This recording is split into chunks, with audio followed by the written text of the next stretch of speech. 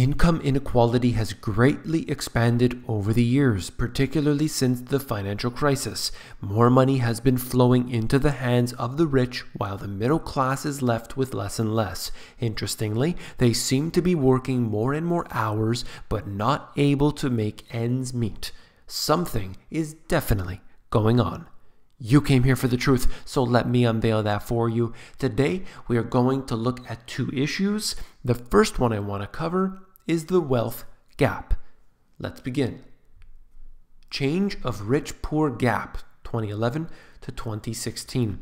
10 of the 100 largest metropolitan areas where the gap had widened the most. And you will see that San Jose tops the list and San Francisco at number 2.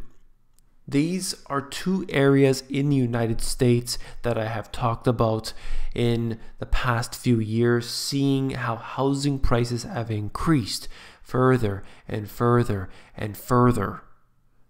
This is also coinciding with the boom in technology stocks.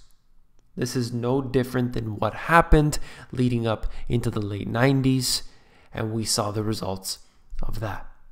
Now, of course, what we can see today is that there is an expansion of wealth in this area, but at the same time, it doesn't seem to be apparent for everyone. And that's where the wealth gap comes in. So we'll talk about this today, and I'll show you some other charts that correspond to this. But essentially what we're dealing with here is not money flowing into San Jose, San Francisco, and other areas, Seattle being another one, and everybody in that area just somehow gets more money.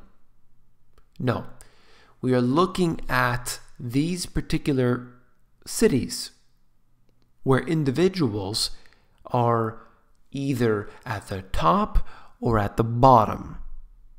And that great divide that is existent between the two seems to expand every single year.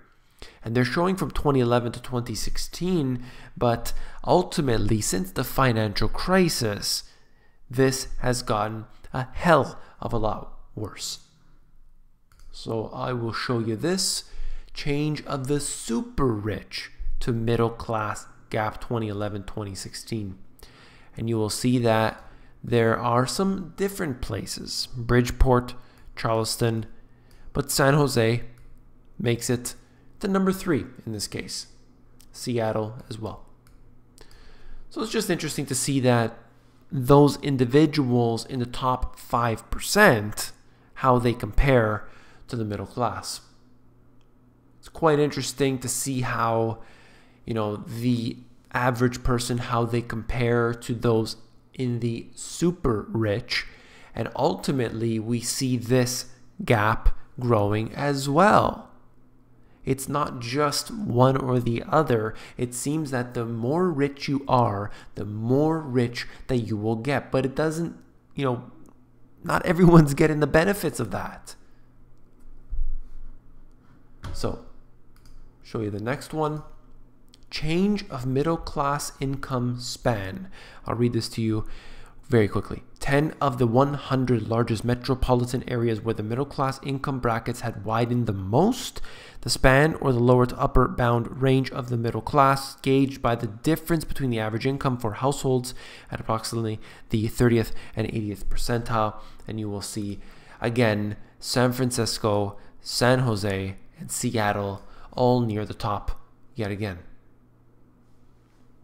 Very interesting to look at these particular cities and see how out of whack things are. Whether it's because of the housing prices, whether it's because of the wages and the salaries in this area, all I know is that there has been an expansion of debt the world has never seen before. And we will ultimately be looking back on this in maybe a year or 2 years and think to ourselves, what the heck were we doing? Ultimately, we know that this is becoming a serious problem, that when people are simply priced out of buying homes, of being able to buy cars. Auto delinquencies have increased. You've seen all of these different things that are adding up to the perfect storm. And you're not supposed to think that's okay. Median net wealth of 25 to 34-year-old by degree status. I thought this was interesting, actually. Looking at degrees without debt, you can see how high these are. Of course, it's 1989, 2013, 2016. Those with no degree are significantly worse off than those with a degree.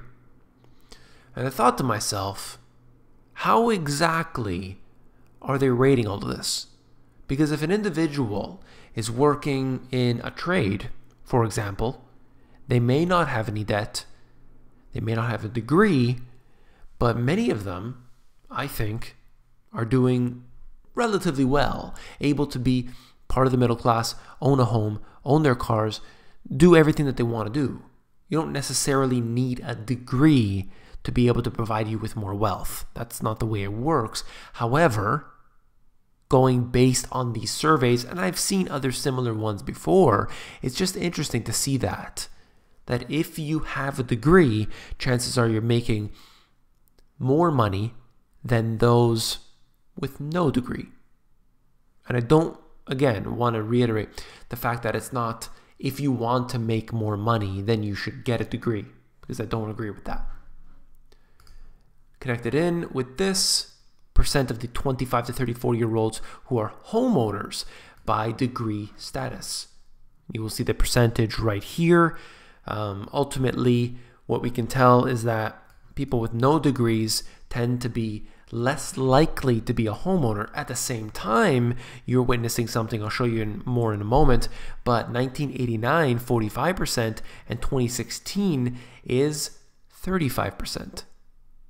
So, looking at this now, percentage of the 25 to 34-year-olds who are homeowners by year. And again, looking at this, seeing how over the years, people are not able to afford homes. They become too expensive. Whether it is in areas like San Jose and San Francisco or Seattle, that doesn't matter. Ultimately, the general public is being pushed further and further out of being able to buy a home. And so they rent. But as a result, vacancy rates are very, very low, and so rents get pushed higher and higher and higher. Until that trend reverses, rents could still be forced upward. Now they start putting caps on the percentage of the increases and everything else, but ultimately the free market is trying to push these prices up simply because the vacancy rates are so low in many cities. I think that a lot of this has to do with the whole central bank monetary system. It is ultimately benefiting the elite class. It's not benefiting you and I. It's not benefiting the middle class. Ultimately, it is benefiting the richest of the rich. And that saying, the rich get richer, the poor get poorer, has never been more true than it is today. And then just one last thing that I wanted to make sure that I mentioned today. M&A is accelerating. Mergers and acquisitions have been a very, very pervasive topic since the financial crisis. But when was the last time that we saw this rate? Well, of course, right here, back leading up to just before the financial crisis. So we saw the same rapid acceleration in mergers and acquisitions, and ultimately seeing the same exact thing today. Doesn't have much more to grow before we peak out at the same level. And you can see where it has gone from, everybody was scared in 2009, nobody's going to buy anything, and then all of a sudden you saw this chain reaction where one purchase gave another company confidence for another purchase and another purchase, and this has just been going on.